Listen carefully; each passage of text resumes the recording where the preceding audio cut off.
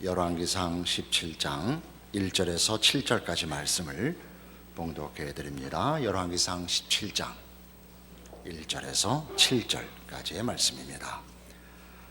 길르앗에 우거하는 자 중에 디셉 사람 엘리야가 아합에게 말하되 내가 섬기는 이스라엘의 하나님 여호와께서 살아계심을 두고 맹세하노니 내 말이 없으면 수년 동안 비도 이슬도 있지 아니하리라 하니라.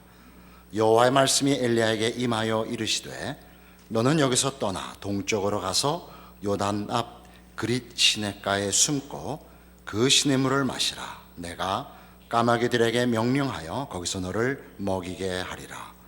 그가 여호와의 말씀과 같이 하여 곧 가서 요단 앞 그릿 시냇가에 머물매 까마귀들이 아침에도 떡과 고기를 저녁에도 떡과 고기를 가져왔고 그가 시냇물을 마셨으나 땅에 비가 내리지 아니하므로 얼마 후에 그 시내가 마르니라. 이제 드디어 엘리야가 등장합니다. 제가 드디어라고 하는 그 분위기를 또는 의미를 여러분들 다 공감하실 겁니다. 춘향전에서 이도령이 드디어 어사출도를 하는 것입니다. 여러분 모두 마음에 아합 너 이제 죽었다 이 생각을 가지실 겁니다. 그러나 조금 다릅니다. 엘리야는 느닷없이 등장합니다. 그죠? 아주 느닷없이 등장하고 그리고 숨습니다. 우리는 역사라는 걸 볼 때 역사라는 무대 속에 하나님의 편이 등장하는 것과 하나님을 반대하는 자들의 등장과 그리고 엄격히 말하면 그 둘밖에 없지만 거칠게 적대 행위를 하지 않는 엑스트라로서 나머지 사람들을 이렇게 생각을 합니다. 그러나 역사 속에서 하나님의 일하심은 우리의 생각과 다릅니다. 엘리야의 등장은 우리가 보기엔 느닷없지만 하나님 쪽에서 우리가 시각을 가지고 보자면 하나님이 역사를 방관하시지 않는다는 뜻입니다. 하나님 사실 매 순간을, 매 사건을 지켜보고 계십니다. 필요하다면 하나님의 사람을 더 크게, 더 특별한 일을 위하여 세우실 수 있지만 그렇지 않는 순간들은 지켜보고 있는 것이 아니고 그때도 하나님은 일하고 계신다는 표입니다. 엘리야가 등장하고 숨는 것 같이 하나님께서 당신의 일하심을 역사라는 무대 속에서 뚜렷하게 나타내실 수도 있고 묻혀있는 듯이 감추실 수도 있지만 어느 경우나 하나님이 손 놓고 계시는 역사란 없다. 그렇게 이해해야 합니다. 그런 의미에서 일반인들은 사실 인류는 역사를 제대로 이해하지 못합니다. 역사가 어떤 자연 법칙 하에 움직인다고 생각하거나 또는 비인격적인 우연 또는 운명에 의해서 움직인다고 밖에는 더 이상 이해할 길이 없습니다. 자연은 역사는 순환한다고 믿는 것입니다. 그러나 우리 믿는 자들은 그렇지 않습니다. 특별히 하나님의 통치와 하나님의 구속사를 직분으로 받았던 이스라엘 백성들의 역사 이해는 오늘날 우리 신자들에게까지 이어지는 역사 이해는 역사란 하나님이 시작하셨고 그 뜻을 이루시는 중이고 그 뜻으로 결과되리라 이렇게 믿는 하나님의 뜻의 완성을 향한 진행으로 보게 합니다. 하나님이 하나님의 뜻을 이루시는 것이 역사라고 볼 때는 역사가 다만 하나의 무대 정도가 아니라 그것보다 큰 하나님의 섭리 속에 하나님의 통치 속에 있다는 것을 이해해야 합니다. 하나님은 그의 뜻을 이루기 위하여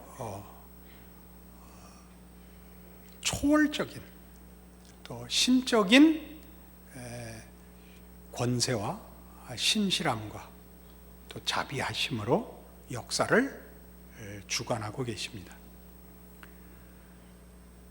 그렇다고 해서 인간이 조작되거나 결정론적으로 역사라는 것이 움직인다는 뜻은 아닙니다. 하나님은 인간의 반응과 선택을 요구하십니다. 우리 신자들은 그런 차원에서 그의 인생이 역사의식 속에서도 굉장히 중요하다는 인식을 가져야 합니다. 우리의 사소한 선택 또는 그 과정이 다 하나님이 주관하시는 역사 속의 한 요소로 존재한다는 걸 기억해야 합니다. 우리가 잘 아는 대로 이제 엘리야는 이 지금 처음 등장하여 아합 앞에 기근을 예언하고 그의 불신앙과 이스라엘의 배도에 대하여 엄중한 책임을 물으시며 형벌하십니다. 엘리야는 그릿시냇가에 가서 숨고 초월적인 그 보호를 받습니다. 까마귀가 일용할 양식을 물어옵니다. 그러나 묘하게도 그릿시냇가의 물을 먹음으로써 기근으로 인하여 그 시내가 마르자 엘리야도 도리 없이 사르밧 땅으로 옮겨가야 하는 일로 연결되고 있습니다. 초월 속에 있으면서 동시에 세상의 조건 속에 종속되는 이중적인 모습을 봅니다. 즉 하나님은 역사 속에서 일하시며 역사의 법칙을 따라 일하십니다. 그리고 그 역사라는 것은 하나님의 뜻과 인도하심 속에서 그 목적하시는 인류가 그에게 어떻게 반응하느냐와 늘 함수관계를 가진다는 것을 말합니다. 우리가 순종하면 보다 나은 역사를 만들어갈 수 있고 우리가 불순종하고 저항하면 참혹한 현실을 맞이할 수 있다. 그렇게 얘기하는 것이 성경이 우리에게 가르치고 싶어하는 것입니다. 그러면 우리는 잠시 좀 그 경계가 불분명합니다. 결국은 하나님의 뜻이 이루어질 역사가 우리의 선택과 반응에 영향을 받는다면 어느 만큼 영향을 받고 어느 만큼 통제를 받느냐 하는 것이 우리에겐 어렵습니다. 로마서 11장에 가면 이 문제에 대하여 사도 바울은 이런 놀라운 이해를 우리에게 촉구하고 있습니다. 신약성경 255페이지 로마서 11장 25절입니다.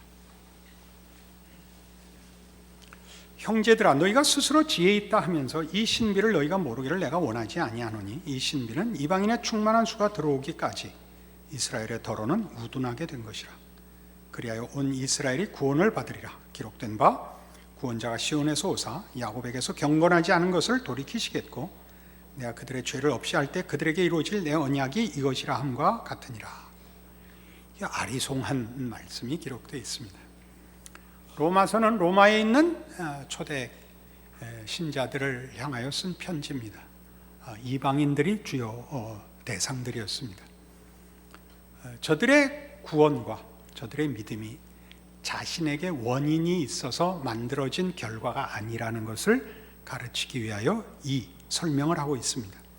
형제들아 너희가 스스로 지혜 있다 하면서 이 신비를 너희가 모르기를 내가 원하지 아니하노라. 너희가 너희의 선택과 너희의 순종의 결과로 구원을 얻었다고 생각하기를 원치 않는다 이겁니다. 너희가 얻은 구원은 신비한 것이라. 여기서 신비하다는 것은 이해할 수 없는 것이라. 우리 영어 표현으로 미스테리라 그런 것입니다. 우리에게는 참으로 수수께끼 같은 것입니다. 왜냐하면 원래 이방의 구원은 이스라엘의 구원의 넘침, 그 충만함의 결과로 되게 돼 있었습니다. 아브라함에게 한 약속같이 모든 족속이 너를 인하여 복을 얻을 것이니라.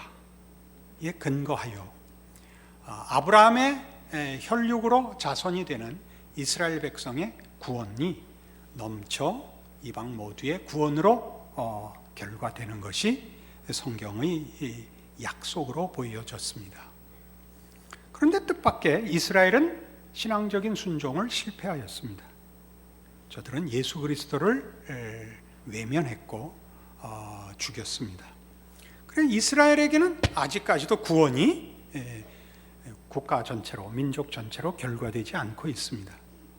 그러면 이스라엘이라는 민족에게 구원이 허락된 것이 결과되고 넘쳐서 이방에 그 구원이 결실돼야 하는데 이 모종 자체가 시들어버렸고 채워야 하는 물 항아리가 차지 않았는데 깨졌는데 어떻게 이방에 물이 넘치냐 이거죠.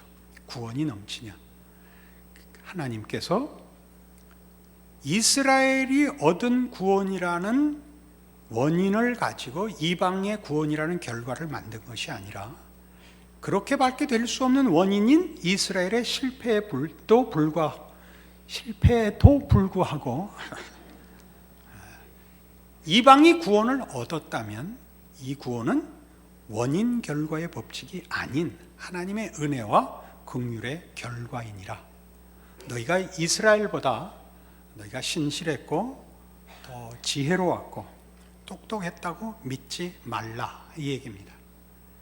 그럼 이스라엘은 어떻게 될 것이냐? 너희 이방이 이스라엘의 실패에도 불구하고 그 원인의 실패에도 불구하고 결과되었던 것처럼 이스라엘의 실패가 그들에게 허락된 구원이라는 결과를 실패케 하지 못할 것이니라. 이것이 지금 이 로마서 11장 25절 이하에 있는 말씀의 핵심 논리입니다. 우리는 여기서 무엇을 배우느냐 하면 하나님께서 하시고자 하는 일에는 원인 결과의 법칙을 넘어서는 신비가 있다 하는 것을 배웁니다. 우리는 마땅히 하나님의 뜻에 순종해야 됩니다. 그것이 구원을 얻는 길이요 하나님의 백성된 자의 당연한 책임이며 본분이며 특권이요 복입니다. 그러나 우리가 실패하면 하나님이 당신이 하실 일들을 실패하느냐 제한을 받느냐 그렇지는 않다라고 얘기합니다.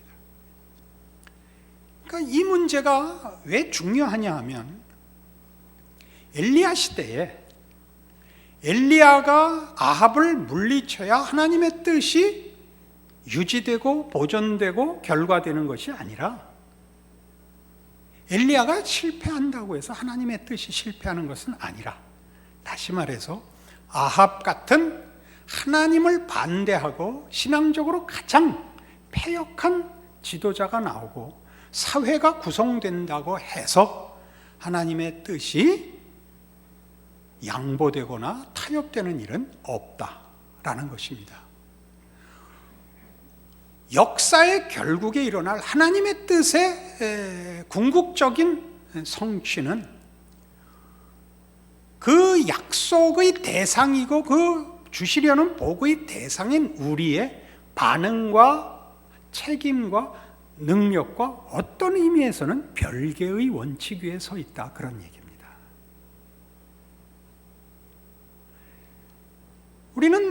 우리가 사는 이 시대에도 끊임없이 이 기도를 합니다. 이 사회가 잘 되기를 위해서 기도합니다. 그것은 당연한 기도입니다. 우리는 하나님이 역사를 주관하시는 줄 알고 하나님만이 유일한 진리와 생명과 복의 근원인 것을 알기에 하나님 앞에 우리 개인의 인생과 삶과 현실과 세상과 사회와 역사를 위해서 기도해야 옳습니다. 그러나 그것이 이 시대를 책임맡는 정치, 경제, 사회, 문화, 교육 전반에 걸친 사회의 튼튼함이 그 결과를 만들어내는 조건이라고 생각하는 것과는 구별되어야 한다 이겁니다. 우리가 당연히 자기가 속한 나라를 위해서 기도하며 자기가 속한 민족을 위하여 기도하며 자기가 사는 시대를 위하여 기도해야 합니다. 왜요? 우리만 하나님을 아니까. 어떤 다른 세상적인 조건이 아니라 하나님만이 인생과 민족과 국가와 세상과 역사의 주인이신 줄 아니까 기도해야 합니다. 자비를 구해야 하고 도우심을 구해야 합니다. 그러나 그것보다 우선해서 우리의 요구 또는 그런 걸 만들어 가야 할 현실 속에서 책임 있는 어떤 직분, 자리, 조직, 원칙보다 우선하여 세상을 만들고 그 세상을 당신의 뜻대로 이루시기 위하여 역사를 주관하시는 하나님의 자비하심과 긍휼하심과 신실하심과 전능하심이라는 조건에 궁극적으로 달려있다라고 말하는 것입니다. 우리는 우리 시대에, 우리가 몸담고 사는 이 시대에 이 사회가 정치, 경제, 사회적으로 실패하면 그 실패한 결과를 함께 감수해야 할 것입니다. 우리는 아마 좀 상대적이긴 하겠지만 고통스러운 현실을 맞을 수 있습니다.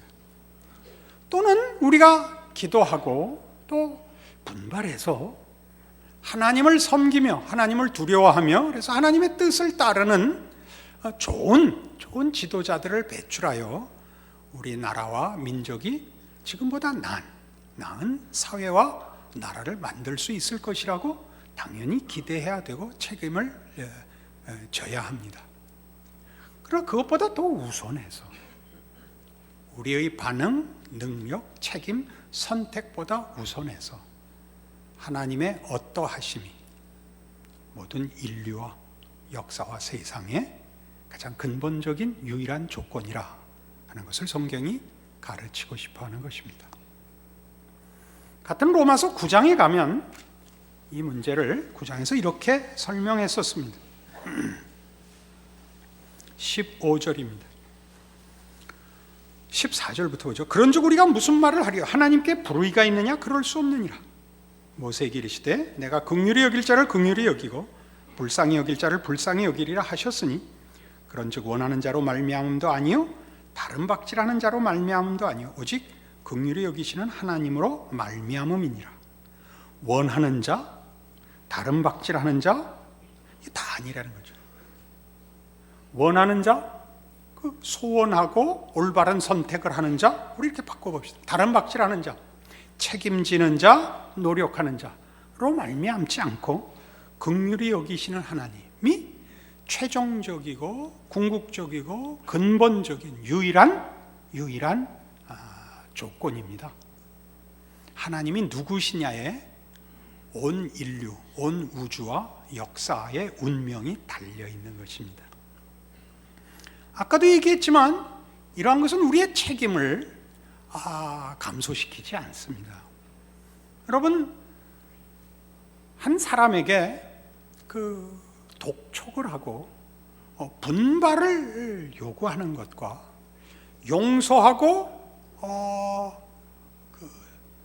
참아주는 것과 어느 것이 더 큰 힘이 되느냐 하는 것은 매우 모호합니다. 우리가 결과론적으로 언제나 이 말을 합니다. 그때 그 사람이 나한테 이 말을 하는데 내가 정말 죽었던 자존심이 일어나더라고. 내가 그날부터 이를 악물었어. 그래서 오늘 내가 이렇게 됐어. 이건 언제든지 일어나는, 얼마든지 일어나는 우리 현실입니다. 그러나 또 어느 곳에서는 내가 그때 이렇게 치명적인 실수를 했는데 상대방이 그냥 씩 웃고 말더라고. 그때 내가 마음에 다시는 내가 이런 짓 하지 않으리라 이렇게 내가 마음에 다짐을 했어. 나도 누구의 용서와 관용을 구하는 자가 아니라 용서하고 품어주는 사람이 되리라 내가 그때 각오했어. 이것도 우리의 현실입니다. 근데 늘 이 문제는 잘된 사람이 쓰는 말입니다. 실패한 자는 할 말이 없습니다. 그는 욕먹었을 때 체념했고 용서받았을 때 그 뭐죠? 용서받았을 때 그냥 마음을 놓아버렸죠. 그래서 할 말이 없죠. 당신은 오늘날 이렇게 된 가장 중요한 계기가 뭐였다고 생각하는가라는 질문을 받을 자격이 없기 때문에 발언권이 없죠. 그러나 여러분 겪어보셨다시피 우리가 겪는 우리의 현실 속에서 난 이랬어 라고 얘기할 수 있는 사람은 100명이 하나 1000명이 하나입니다. 우리 기독교 신앙에서 여러분들 하나님의 사람으로서 이렇게 살 수 있어? 라고 얘기할 수 있는 사람은 1000에 하나 만에 하나입니다. 그렇게 말함으로써 기독교는 그런 조건과 기준 위에 서 있는 것처럼 보여지는 것이 사실은 복음의 진정한 본질을 가리게 됩니다.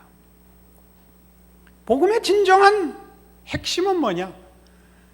아합이 서 있음에도 불구하고 이스라엘은 하나님의 백성으로서의 지위와 운명을 빼앗기지 않는다는 사실입니다. 그들은 고통스러운 역사를 가지게 됩니다. 그러나 하나님 앞에 내침을 받지 않습니다. 우리가 어떤 책임을 져야 하느냐 보다 하나님이 누구시냐라는 것이 기독교 신앙의 가장 근본이 되는 조건으로, 이유로 서 있을 때만 기독교는 복음인 것입니다. 여러분들이 신자는 이래야 돼라는 말들은 감격 속에서 하십시오. 만족 속에서 하십시오. 쥐어짜는 것으로는 하지 마십시오. 그것이 조건이 되는 것으로 하지 마십시오. 우리들 신앙의 모든 자책은 어디서 오느냐 하면 신자답지 못한 것이 신자가 아닌 것 같은 생각이 드는 것과 혼동되는 데 있습니다. 여러분들은 부끄러울 수 있고 여러분들은 실패할 수 있어도 여러분들은 하나님의 백성의 자리에서 쫓겨나지는 않습니다. 그게 성경이 하는 얘기입니다. 그래서 이어지는 말이 이겁니다. 17절 성경이 바로에게 이르시되 내가 이 일을 위하여 너를 세웠으니 곧 너로 말미암아 내 능력을 보이고 내 이름이 온 땅에 전파되게 하려 함이라 하셨으니 그런즉 하나님께서 하고자 하시는 자를 긍휼히 여기시고 하고자 하시는 자를 완악하게 하시느니라. 하나님이 누구는 나쁜 놈 만들고 누구는 좋은 놈 만들었다 그 얘기를 하려는 게 아닙니다. 우리의 반응이 어쨌든 하나님의 자비와 긍휼과 약속은 우리의 선택과 책임을 넘어서는 하나님의 신비하신 능력으로 성취될 것이라 이렇게 얘기하는 것입니다. 여기 가장 중요한 내용이 있죠. 오늘 설교에 우리가 사는 시대가 우리가 걱정해야 되는 시대라고 해서 신앙을 못 지킬 것도 없고 하나님의 뜻이 방해받지 않는다는 것 기억하십시오. 즉 정치, 경제, 사회에다가 책임을 떠넘겨서 여러분이 하나님의 사람으로 사는 것을 변명하지 마십시오. 여러분이 져야 하는 신앙적인 책임을 다 못 진다고 해서 너무 자책하지 마십시오. 너무 자책하지 마십시오.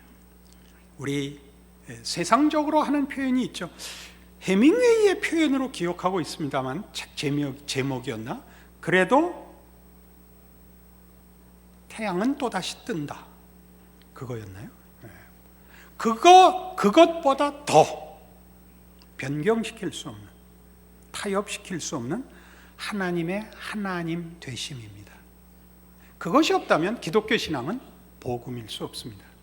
기독교 신앙이 우리의 능력, 선택, 지혜, 자격에 있다면 우리 중에 아무도 신앙을 유지할 수 있는 사람은 없습니다.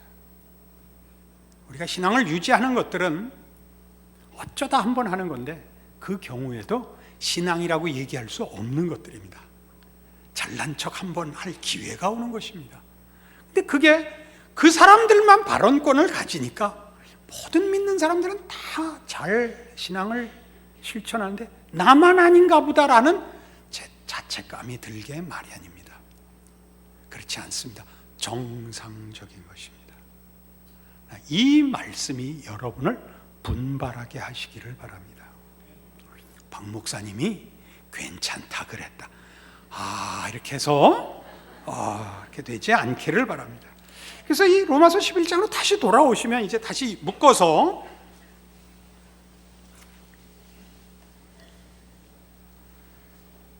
(11장 28절에) 복음으로 하면 그들이 너희로 말미암아 원수된 자요 택하심으로 하면 조상들로 말미암아 사랑을 입은 자라.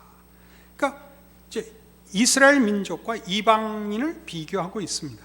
원래는 이스라엘 백성들이 선민이요, 허락된 하나님의 일하심이 그 민족사 속에 허락된 것은 이스라엘밖에 없습니다. 그럼에도 불구하고 복음의 결실은 이방에게 열렸습니다. 하나님의 은사와 부르심에는 후회하심이 없느니라. 이게 무슨 말이죠? 이스라엘 버리지 않는다 이 얘기입니다. 하나님의 은사와 부르심에는 후회하심이 없습니다. 실패가 없습니다. 너희가 전에는 하나님께 순종하지 아니하더니 이스라엘이 순종하지 아니하므로 이제 긍휼을 입었는지라. 이와 같이 이 사람들이 순종하지 아니하니 이는 너희에게 베푸시는 긍휼로 이제 그들도 긍휼을 얻게 하려 하심이라.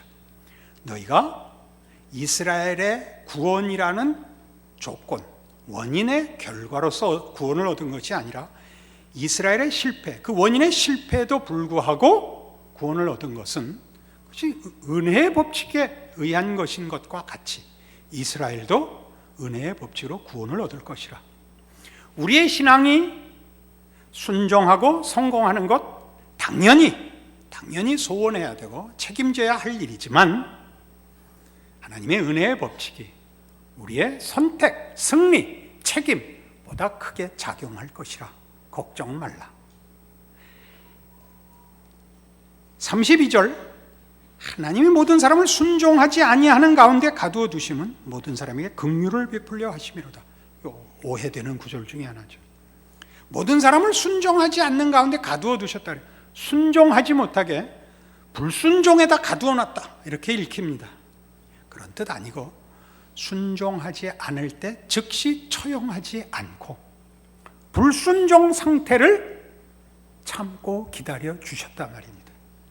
그들의 불순종이 사형으로 처형되지 않고 사형으로 책임 물어지지 않고 하나님이 긍휼로 갚으시도록 불순종을 참아내 주셔서 불순종이 역사와 개인의 생애 속에 허락되고 있더라 말입니다. 우리는 꼭 순종하고만 살지 않고 우리는 늘 진실하게 신앙생활을 하고 있지 않습니다. 잊고 살고 놓고 살고 뻔히 아는 것 외면하고 삽니다.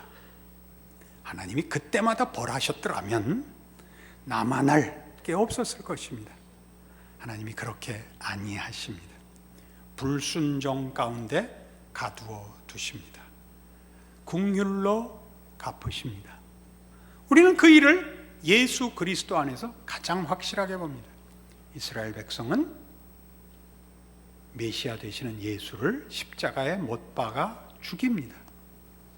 우리는 쉽게 예수님이 내 죄를 위하여 죽으심으로 내가 구원을 얻었다라는 이 등식을 이해하고 있습니다. 그럼 말하자면 우리가 그 아들을 죽였는데 자기 아들을 죽인 자를 자기 아들을 죽인 불순종과 거역으로 결과시키지 않고 구원과 복으로 결과시키는 하나님이시다 이겁니다. 이것이 기독교가 말하는 복음입니다. 우리는 로마서 5장 8절에서 보는 바와 같은 우리가 아직 죄인 되었을 때 예수 그리스도께서 우리를 위하여 죽으심으로 하나님께서 우리에 대한 자기의 사랑을 확증하셨느니라 라는 유명한 구절을 만납니다. 하나님 우리를 사랑하십니다. 아무래도 좋다는 말은 절대 아닙니다. 우리는 마땅히 항복하고 감격하고 순종하고 진실하게 하나님의 백성답게 살아야 합니다. 그것은 나와 내가 살아내는 인생이 가지는 역사에서의 책임 있는 몫입니다.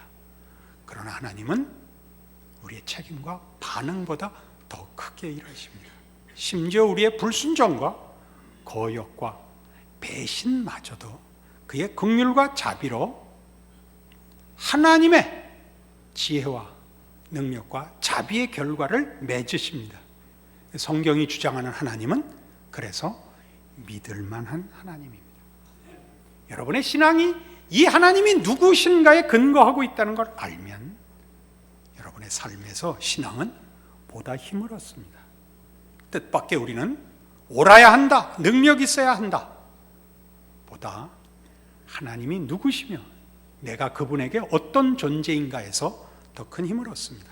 우리는 다시 일어날 수 있고 무한히 용서받는 것 때문에 우리는 무한히 하나님 앞에 항복할 수 있습니다. 이 믿음을 허락한 하나님이 여러분의 아버지시고 여러분의 인생을 지키고 계시다는 것, 여러분의 힘이 되시기를 바랍니다. 기도하십시다. 하나님 아버지 은혜를 감사합니다. 하나님의 자녀로 살고 예수 안에서 사랑과 은혜 가운데 산다는 것은 실패할 수 없고 체념할 수 없고 포기할 수 없는 참으로 복된 운명의 생애인 것을 고백합니다. 하나님이 우리를 어떻게 취급하시고 어떤 능력으로 함께 하시는가, 우리의 존재와 삶이 어떤 위력을 가졌는가 알게 하셨으니 순종하게 하옵소서, 충성하게 하옵소서, 기적을 이루게 하시옵소서. 지금은 우리 주 예수 그리스도의 은혜와 하나님 아버지의 극진하신 사랑과 성령님의 교통하심이 하늘 하나님의 자녀로 사는 인생된 감격과 믿음을 가지고 충성을 약속하고 돌아가는 심령들 위해 영원토록 함께 있을지어다. 아멘.